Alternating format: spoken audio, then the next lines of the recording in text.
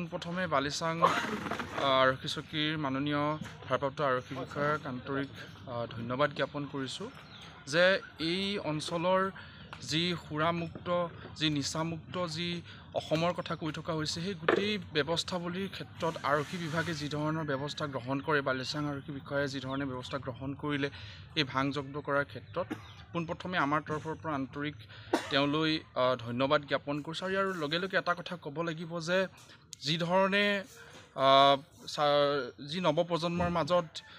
মাদক দ্ৰব্যৰ পৰা ধৰি লৈ ভাং ড্ৰাগছ এইবিলাকৰ যি আসক্তিৰ বৃদ্ধি পাইছে এই ধৰণৰ ক্ষেত্ৰতেই যি সহজতে ভাং পোৱা বা মাদক দ্ৰব্য পোৱা যি ব্যৱস্থাৱলী সেই ব্যৱস্থাৱলীৰ পৰা আমি কিন্তু পৰিত্ৰাণ বিচাৰোঁ। আৰু ইতিমধ্যে যিহেতুকে ইমান পৰিমাণৰ ভাং জব্দ কৰা হৈছে তাৰ কাৰণে পোনপটীয়াকৈ আৰক্ষী বিভাগলৈ এইটো এটা শুভবাৰ্তা। আৰু পৰৱৰ্তী দিনবিলাকতো যাতে এই সামগ্ৰিক প্ৰেক্ষাপটত যাতে মাদক দ্ৰব্যই হওক ভাং হওক বা আপোনাৰ ড্ৰাগছ হওক সামগ্ৰিক এই গোটেই ব্যৱস্থাৱলী যাতে আৰু সুন্দৰ আৰু টনকিয়াল হ'ব লাগে। আৰক্ষী প্ৰশাসন আৰু টনকিয়াল হৈ যাতে পৰৱৰ্তী দিনবিলাকতো যাতে ইয়াৰ পৰা সমগ্ৰ অসমৰ পৰা যাতে ড্ৰাগছ মুক্ত হ'ব লাগে, ভাং মুক্ত হ'ব লাগে আৰু মাদক দ্ৰব্য মুক্ত হোৱাৰ যি আশা আমি পুহি ৰাখিছোঁ সেই আশাত যাতে সদায় সফল বাৰ্তা আৰক্ষীয়ে দিব বুলি আমি আশাবাদী।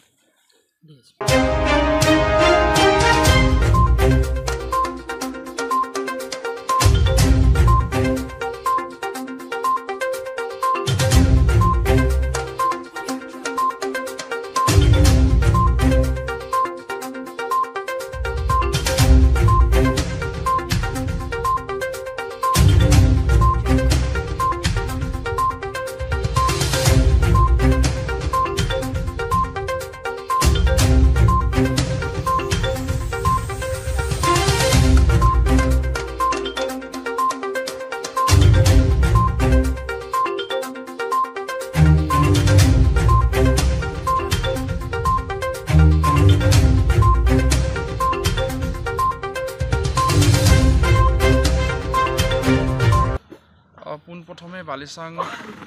আৰক্ষী চকীৰ মাননীয় ভাৰপ্ৰাপ্ত আৰক্ষী বিষয়াক আন্তৰিক ধন্যবাদ জ্ঞাপন কৰিছোঁ যে এই অঞ্চলৰ যি সুৰামুক্ত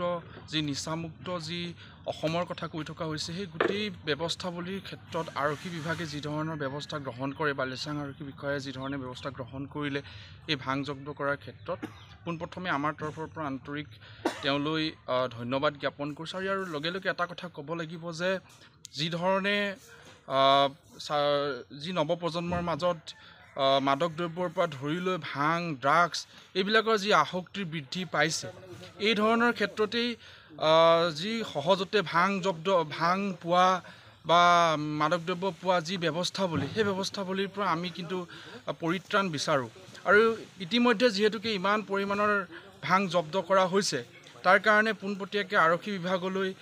এইটো এটা শুভবাৰ্তা। আৰু পৰৱৰ্তী দিনবিলাকতো যাতে এই সামগ্ৰিক প্ৰেক্ষাপটত যাতে মাদক দ্ৰব্যই হওক ভাং হওক বা আপোনাৰ ড্ৰাগছ হওক সামগ্ৰিক এই গোটেই ব্যৱস্থাৱলী যাতে আৰু সুন্দৰ আৰু টনকিয়াল হ'ব লাগে। আৰক্ষী প্ৰশাসন আৰু টনকিয়াল হৈ যাতে